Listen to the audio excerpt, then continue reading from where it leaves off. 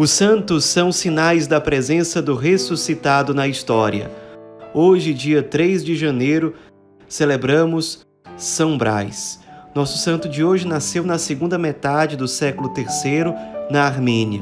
Não sabemos nada sobre a sua infância, sobre a sua juventude, mas sabemos que ele era médico. Como médico, ele era muito competente, se dedicava especialmente às pessoas mais pobres e, além do cuidado com a saúde corporal, ele tinha um grande zelo pela vida espiritual dos seus pacientes.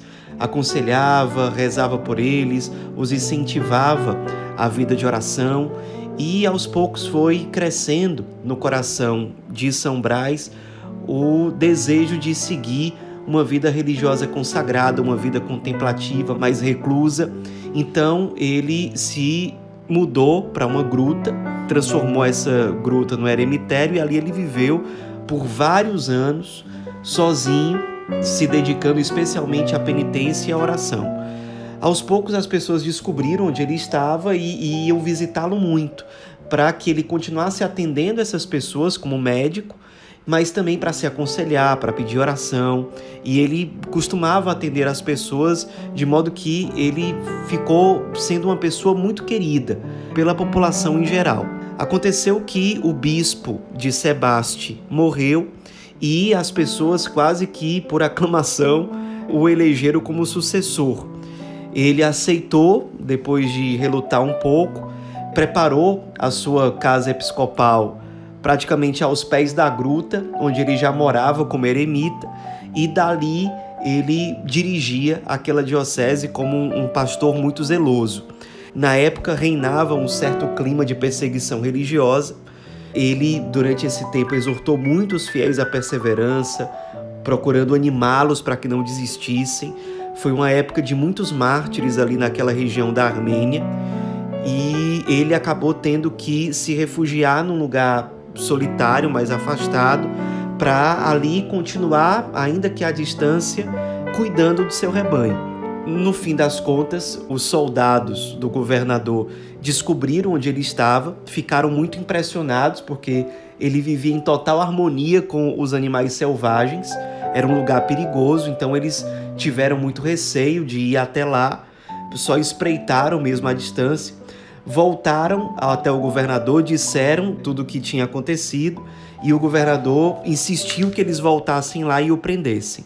Então foram em maior número e logo que eles prenderam São Brás disse a esses soldados: "Sede benditos, vós me trazeis uma boa nova, que Jesus Cristo quer que o meu corpo seja imolado como hóstia de louvor." Então ele de fato foi preso, foi depois processado, condenado, submetido a várias torturas, chegou a ter o seu corpo pendurado e tiraram boa parte da carne do corpo dele com dentes de ferro. Ele ficou durante um bom tempo ainda encarcerado. Durante esse tempo era permitido que ele recebesse visitas. Então algumas pessoas iam lá pedir oração, animá-lo ou serem animadas por ele.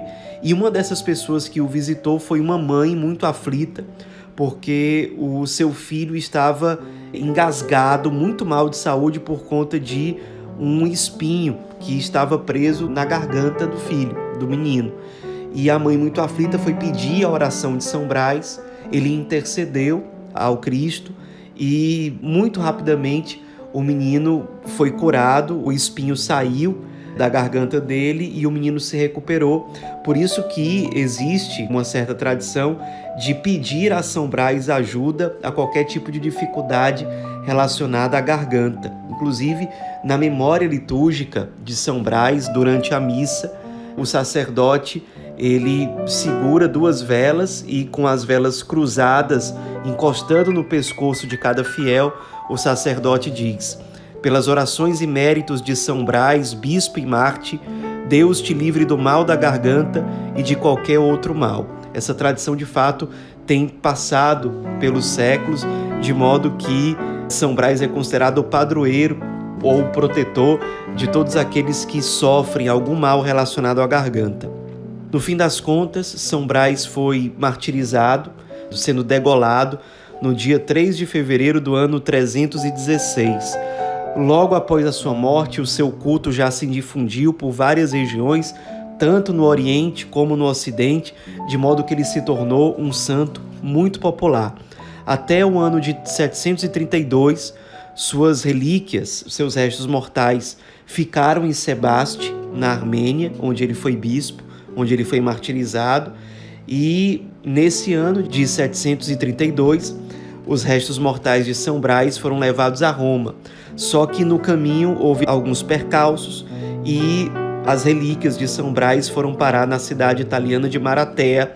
Depois foi construída uma basílica, a Basílica de São Brás, onde essas relíquias foram colocadas e estão lá até hoje, numa localidade que hoje em dia se chama Monte de São Brás.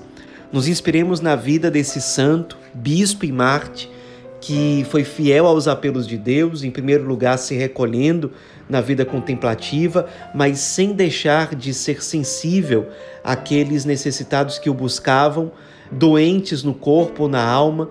Ele foi resposta para tantos que se aproximaram dele dessa forma, como foi resposta também como bispo, como pastor da igreja, numa situação muito difícil de perseguição, em que ele mesmo acabou recebendo a coroa própria dos mártires.